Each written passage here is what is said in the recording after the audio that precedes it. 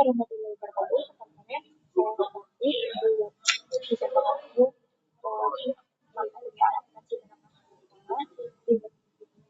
Ibu di sini kami dari kelompok 8 akan mempresentasikan materi bab 13 yang berjudul Accountability Professional atau kewajiban pajak. Nah, selanjutnya terdapat pengertian current liabilities atau kewajiban wajar, di mana kewajiban perusahaan yang harus dilunasi dalam jangka waktu pendek, biasanya dalam 1 tahun atau 1 siklus operasi perusahaan. Nah, liabilitas muncul karena adanya transaksi atau peristiwa masa lalu yang menimbulkan kewajiban bagi perusahaan untuk mengorbankan sumber daya ekonomi di masa depan. Nah, karakteristik utama liabilitas yaitu yang pertama, merupakan kewajiban yang dimiliki perusahaan saat ini. Yang kedua, timbul akibat peristiwa yang sudah terjadi. Yang ketiga, penyelesaiannya memerlukan pengeluaran sumber daya ekonomi seperti kas, barang, atau jasa. Dengan kata lain, kewajiban lancar menunjukkan utang perusahaan yang harus segera dibayar dalam waktu dekat. Nah, selanjutnya jenis-jenis current liabilities. Beberapa jenis kewajiban lancar yang dijumpai adalah accounts payable dan notes payable. Nah, pertama, accounts payable atau utang dagang. Utang dagang timbul ketika perusahaan membeli barang atau jasa secara gratis dari pemasok. Biasanya utang ini memiliki jangka waktu pembayaran sekitar 30-60 hari dan tidak memerlukan perjanjian formal berupa surat utang. Nah, yang kedua, notes payable atau utang wesel. Utang wesel merupakan janji tertulis untuk membayar sejumlah uang tertentu pada tanggal yang telah disepakati di masa depan. Nah, utang wesel ini dapat dibedakan menjadi 2 jenis. Yang pertama ada interest bearing note, di mana wesel yang mencantumkan bunga secara eksplisit. Lalu yang kedua, zero interest bearing note, di mana unsur yang tidak mencantumkan bunga secara langsung tetapi sebenarnya tetap mengandung unsur bunga yang tercermin dalam selisih nilai sekarang dan nilai jatuh temponya. Nah, kedua jenis kewajiban ini sangat penting karena sering digunakan perusahaan dalam kegiatan operasional sehari-hari. Yang ketiga ada current maturities of long-term debt, merupakan bagian utang jangka panjang yang jatuh tempo dalam 1 tahun ke depan. Contohnya itu obligasi, US hipotek, pinjaman jangka panjang lainnya. Bagian yang jatuh tempo dalam 1 tahun dilaporkan sebagai kewajiban lancar. Yang keempat ada short-term obligation expect to be refinanced. Kewajiban jangka pendek dapat diklasifikasikan sebagai kewajiban jangka panjang apabila yang pertama, perusahaan memiliki niat untuk melakukan refinancing. Yang kedua, perusahaan memiliki hak tanpa syarat untuk menunda pembayaran minimal 12 bulan setelah tanggal pelaporan. Yang kelima ada dividends payable atau utang dividen. Utang dividen timbul setelah Dewan Direksi mengumumkan pembagian dividen kepada pemegang saham. Biasanya dibayar dalam waktu kurang dari 1 tahun sehingga termasuk kewajiban lancar. Dividen saham tidak diakui sebagai kewajiban karena tidak memerlukan pengeluaran aset perusahaan. Yang keenam ada customer advance and deposits. Merupakan uang muka atau deposito yang diterima perusahaan dari pelanggan sebagai jaminan atas kontrak atau layanan tertentu. Klasifikasi jangka pendek atau jangka panjang tergantung pada kapan deposito tersebut akan dikembalikan.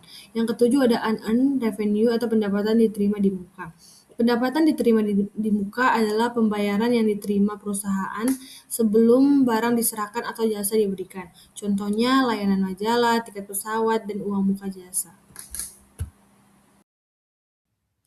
Baik, di sini selanjutnya saya akan membahas yang ke-8 yaitu Sales Tax dan Value Added Tax atau VAT payable. Yang pertama ada A, Sales Tax atau pajak penjualan. Nah, pajak yang dipungut saat penjualan kepada konsumen akhir. Perusahaan hanya bertindak sebagai pemungut pajak untuk pemerintah. Yang kedua ada Value Added Tax, yaitu PPN. Pajak yang dikenakan pada setiap tahap proses produksi dan distribusi. Setiap perusahaan dapat mengkreditkan PPN yang telah dibayarkan sebelumnya. Keunggulan dari VAT yaitu memiliki mekanisme pengendalian otomatis dan mengurangi kemungkinan penghindaran pajak. Lalu yang ke-9 ada income tax payable atau utang pajak penghasilan. Nah, hal ini merupakan kewajiban pajak yang harus dibayarkan perusahaan berdasarkan laba kena pajak.